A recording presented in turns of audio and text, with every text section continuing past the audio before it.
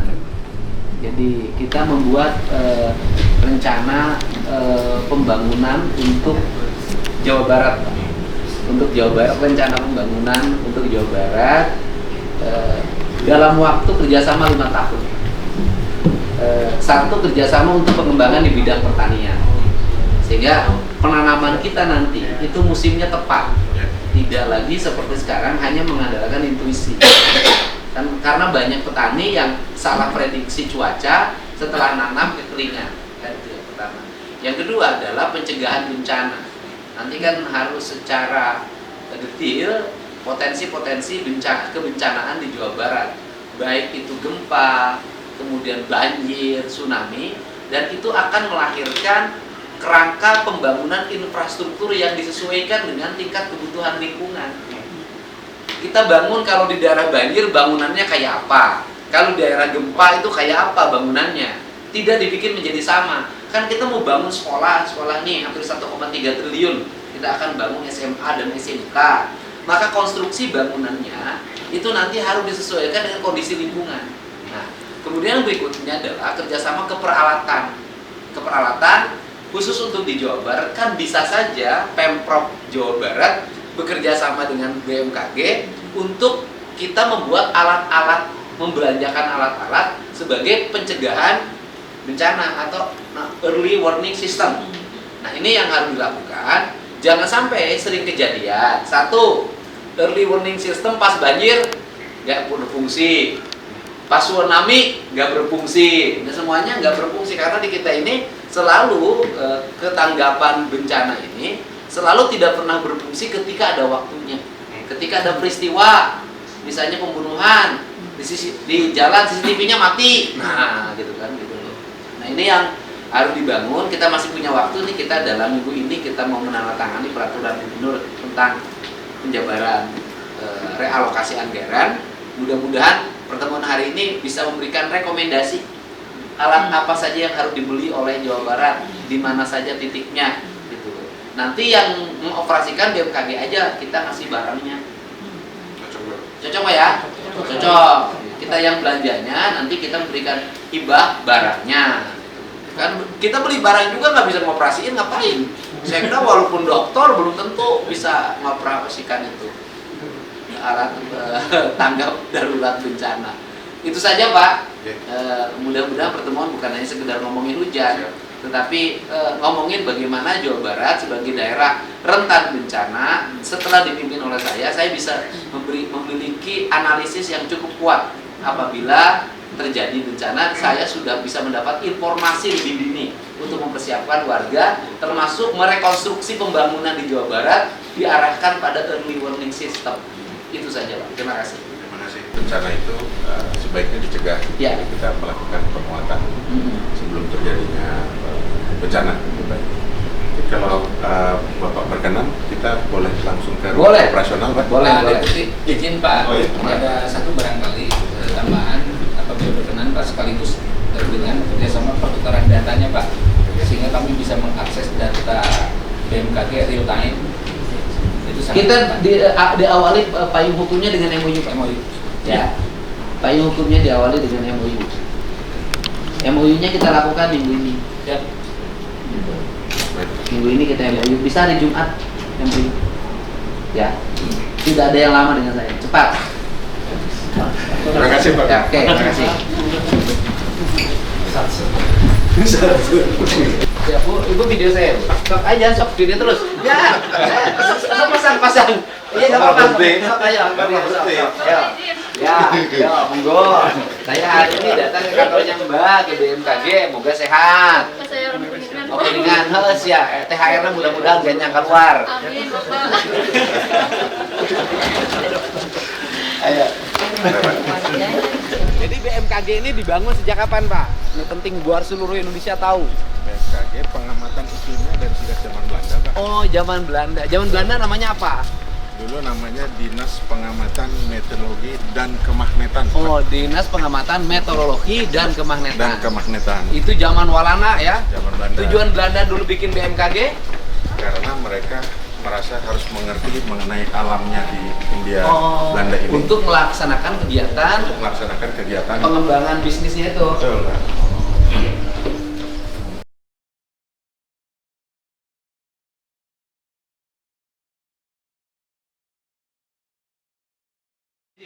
Ini bermulai ada di Indonesia.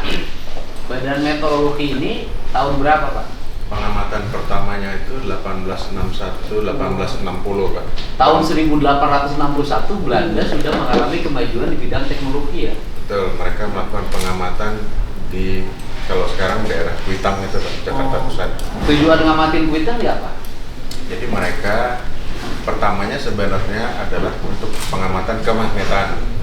Jadi mereka karena dulu kan kapal laut ketika berlayar kan menggunakan magnet kan. Jadi mereka harus punya referensi pengamatan di Batavia. Oleh karena itu didirikanlah pengamatan kemagnetan di Batavia, Pak.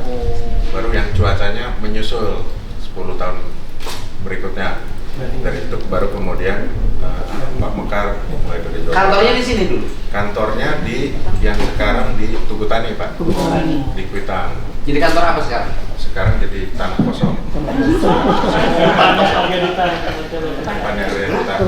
Itu milik BMKG tanah itu. Punya perhubungan, Pak. Oh iya, ini kebetulan perhubungan. Dulu ada gedungnya di situ. Ada. Sekarang gedungnya nggak ada. Nggak ada, Pak. Kemana, Pak? Sudah. Ada. Tapi tidak disertifikatkan nggak?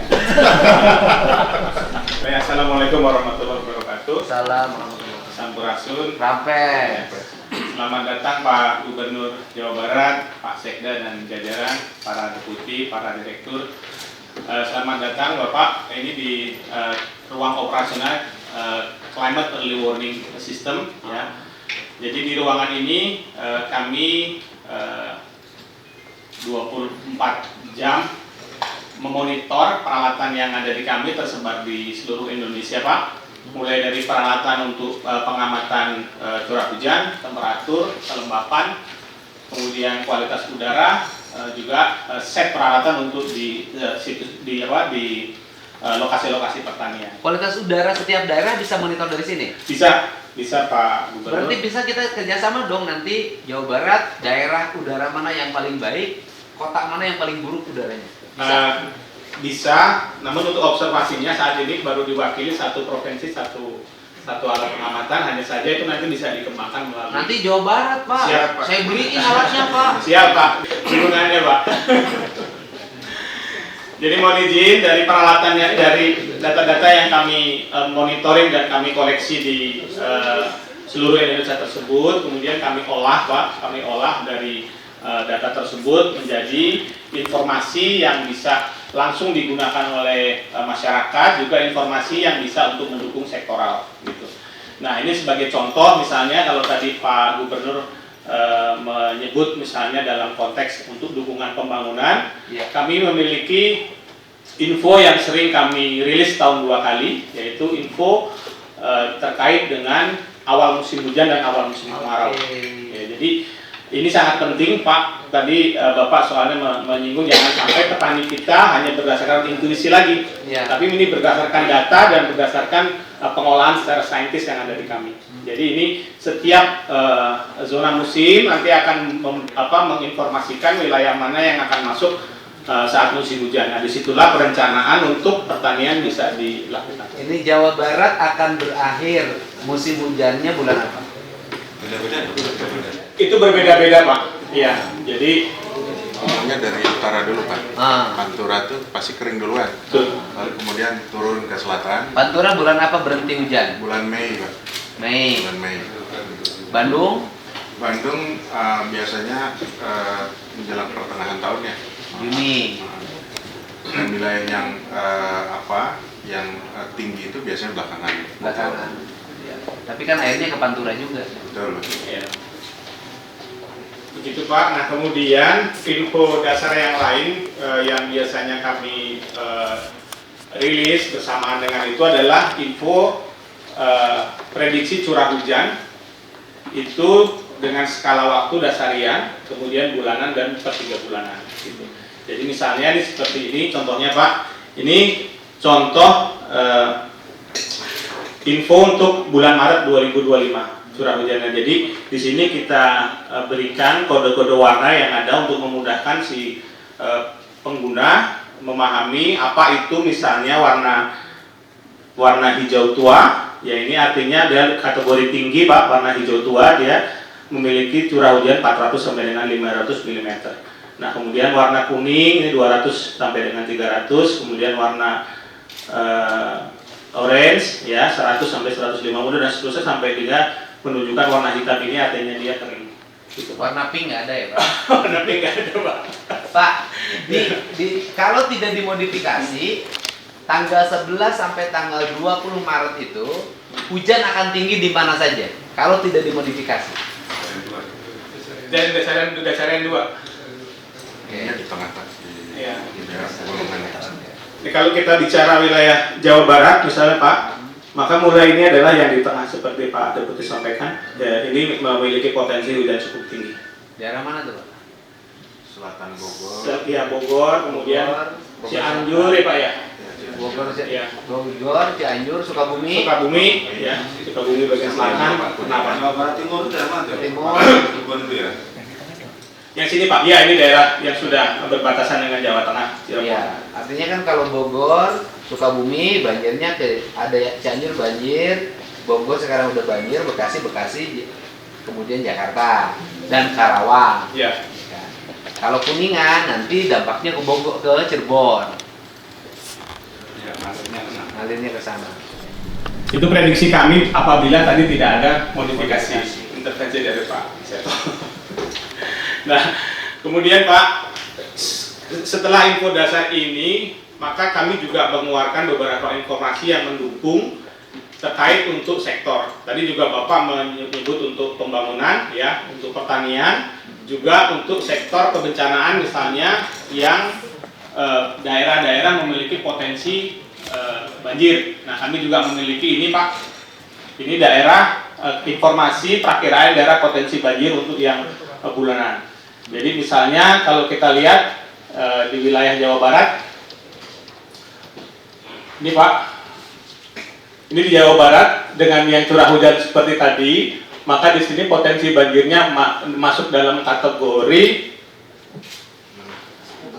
menengah. Iya Pak, oh ini menengah Pak, kategori menengah, dan yang ada juga yang kategorinya rendah yang hijau itu Pak. Jadi itu info yang untuk mendukung sektor terkait dengan antisipasi kebencanaan. Selain itu, untuk mendukung yang sifatnya adalah pembangunan, kami memiliki banyak Pak informasi, mulai dari informasi untuk mendukung sektor kesehatan, kemudian pertanian, kemudian juga yang untuk kesehatan Pak, ini kami beri contoh, kami memiliki informasi untuk prediksi demam berdarah. Nah, oke. Ya. Setelah hujan ini, apa yang akan terjadi di Jawa Barat?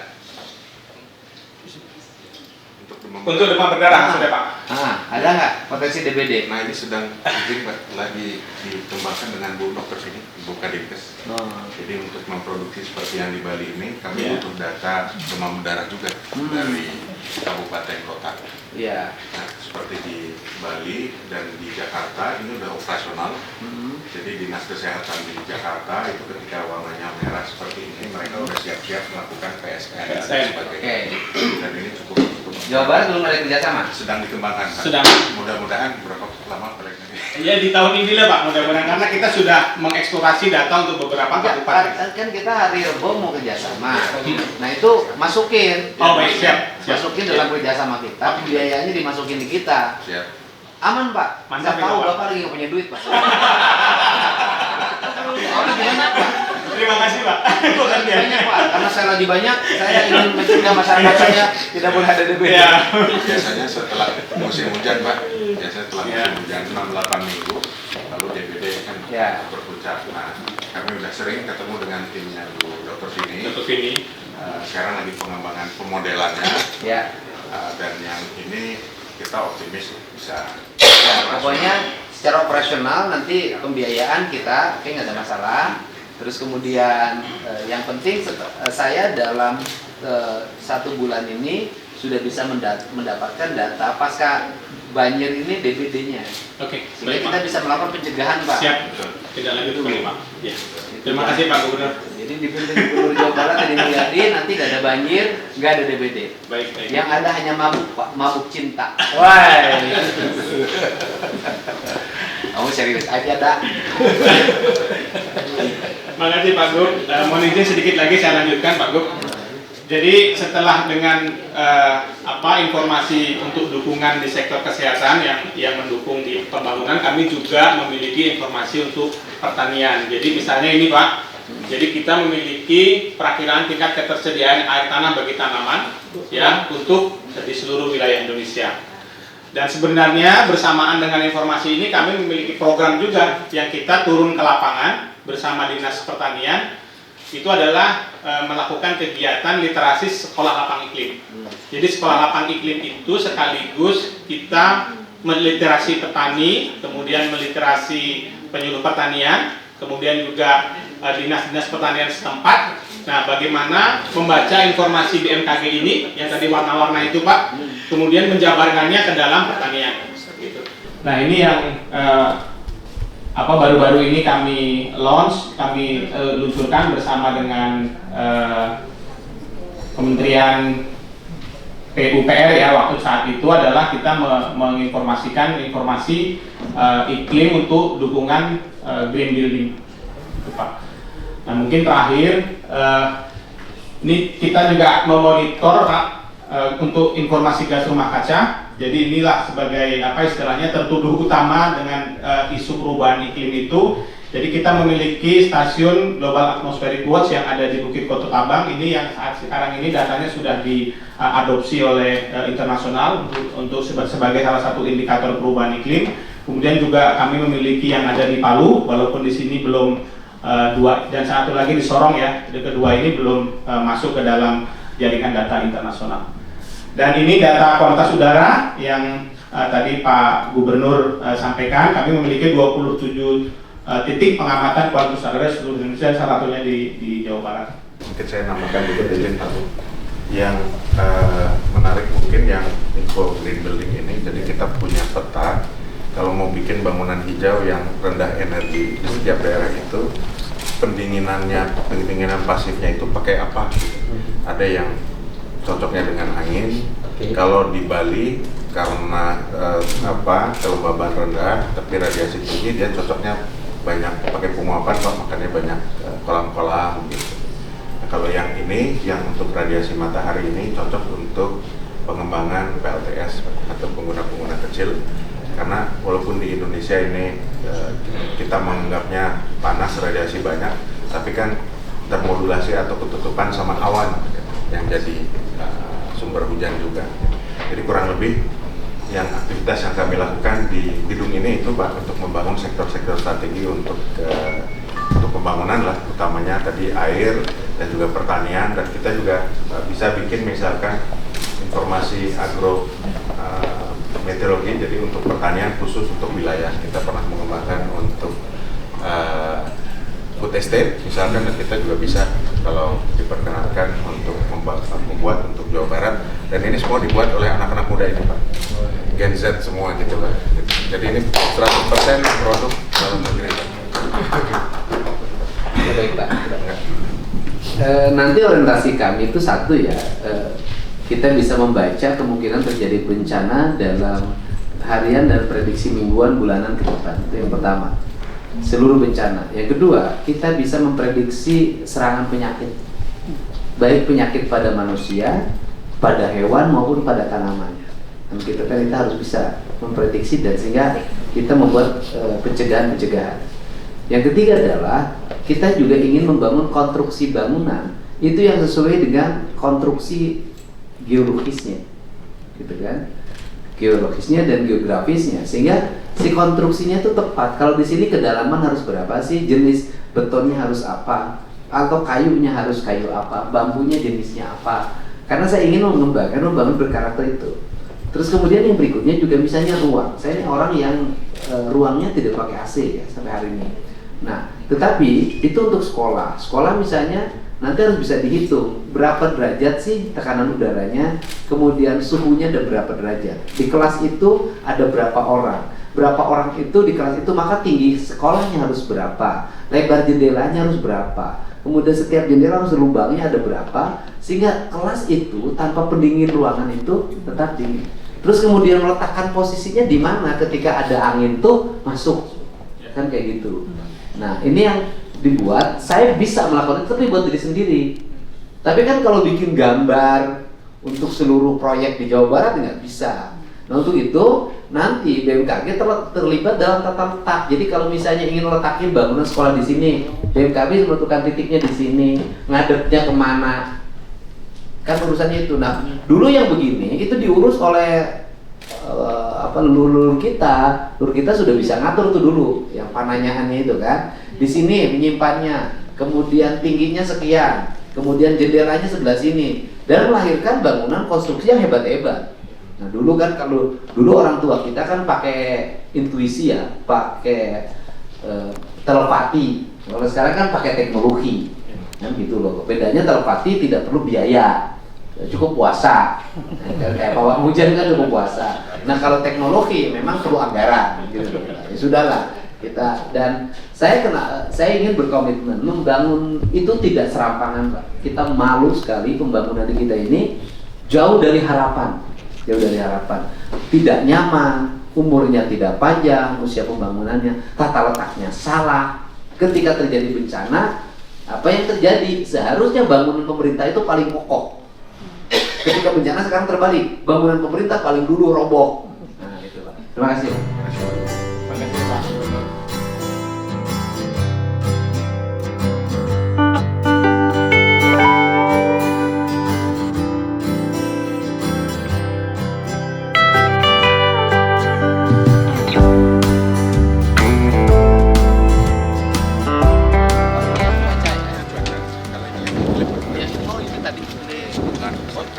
Panjang ke bulanan. Kalau ini yang harian. Betul, harian. Sekarang hingga harian.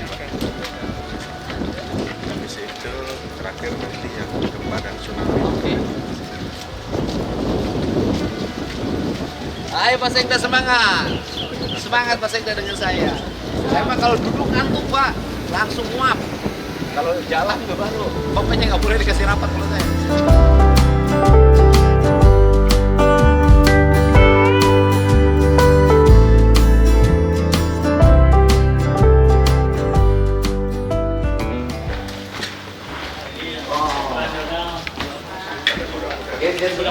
Kamu jurusan apa dulu kuliahnya?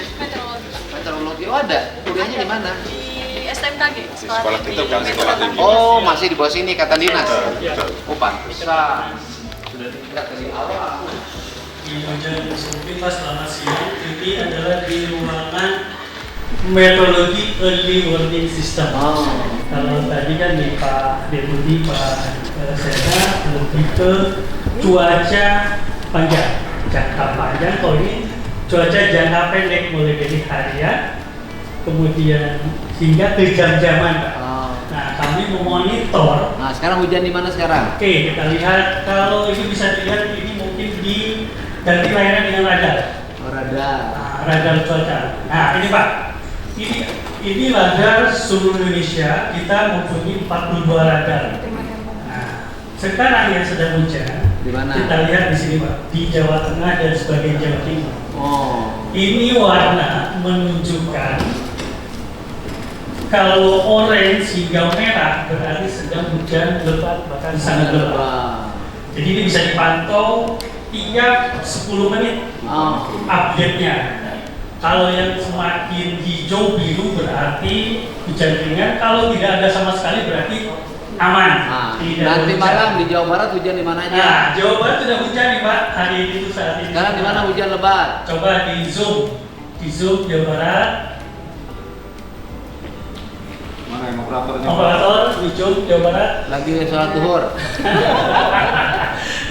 Ada yang di selatan Bandung, ada juga yang di selatan Jakarta, mungkin sekitar ini Bogor, Depok ini sudah mulai Puncak hujan ke puncak. Puncak, alhamdulillah masih belum. Oh belum, alhamdulillah. Soalnya yang tapi ini ada potensi Pak, hingga sore, malam, hingga tanggal 10 ya. 10 itu besok ya? Iya, 10, 11, 12 itu ada peningkatan Jabodetabek di Jawa Barat. 10 ya, 10, 11, 12. Sekarang udah modifikasi belum? Sudah Pak. Sudah. Jadi DKI itu sejak tanggal 10 ya, paling penting, 12. Sampai sekarang masih berlangsung dan dengan BNPB, Pak. Oh, Nah, ini bisa bergerak. Nah, ini kita pantau Pak. Jikalau ini semakin luasannya semakin banyak dan juga intensitasnya semakin itu merah hingga memerah. Enggak, saya mau ngasih tahu Pak Sekda jangan telat bayarnya, jangan bikin malu saya. Kalau enggak saya tarangin Nah, dulu. ini mungkin tadi Pak kita bisa integrasikan early warning itu yang dari BMKG itu bisa langsung ke pusdalnya BPBD dengan data radar ini.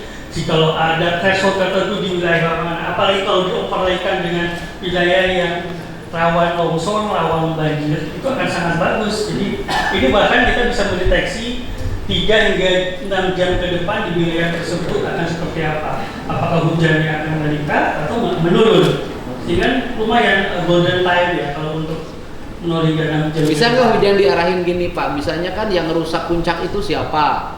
Yang bikin sertifikat itu di rumah dia aja suruh hujan gitu loh Pak. Kalau nggak saya bayar begitu nggak apa-apa. Aku 3 hari 3 malam nggak berhenti biar kerasa. Itu Pak Seto. Ahli menikmati cuaca. Jadi intinya itu Pak. Jadi kami siap mensupport Jawa Barat terkait informasi yang real time Pak. Real time untuk early warning berdasarkan data radar dan juga satelit. Demikian Pak. Cuman memang kami itu perlu peningkatan utama ataupun radar itu sendiri di Jawa Barat bagian selatan. Jawa Barat itu belum ada radarnya. Belum ada radar, sudah Saya nanya, direncanakan. boleh nggak? Pasang radar berapa sih? Tergantung kalau kita mungkin X-band itu 25 M. Pasang radar 25 miliar. Tahun ini beli.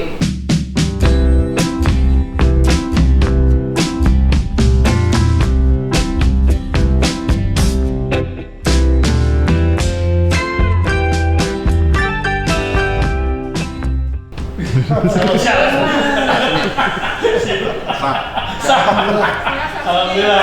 Ada, masukin. Jadi radar Jawa Barat bagian selatan. Iya kan itu pembangunan harus mulai dari sini cara berpikirnya. Jadi memang kita. Tapi nanti radarnya itu asli Pak. asli Pak.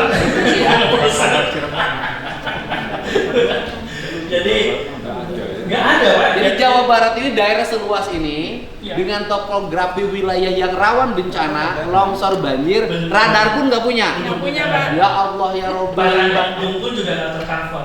Bandung Cekungan itu Nggak punya radar. nggak punya radar. Kita masih perlu 2 radar, Pak. Dua radar. Oke, pasang Ya. dua-duanya. Jadi nanti saya bisa kerjasama dengan Bupati Wali Kotanya. Baik. Rereongan. Alhamdulillah. Gitu, Pak. Untuk cekungan Bandung. Cekungan Bandung. Cekungan Bandung sama selatan. Jadi kita pasang 2 radar di selatan 1, di Cekungan Bandung 1. Baik. Siap. Ya, nanti saya panggil Bupati Wali Kotanya. Kita rereongan untuk lingkungan kita Yang masing-masing. penting lokasi Pak. Oke. Itu sekarang radar itu akurasinya sangat untuk lokasi. Jadi kami bisa nanti. Yang pasangnya Bapak jangan saya Ya mau betul. ngerti. Tinggal disiapkan nanti. Gitu. Saya mah jangankan pasang Oh. radar itu, pasar baling-baling aja nggak muter. Jadi radar itu masih dari Jakarta Pak, Jawa Barat. Udah. Siap. Oke. Terima kasih, Pak. Jadi hari ini kita punya 2 radar. 2 radar Jakarta. Alhamdulillah. Amin. Terima kasih.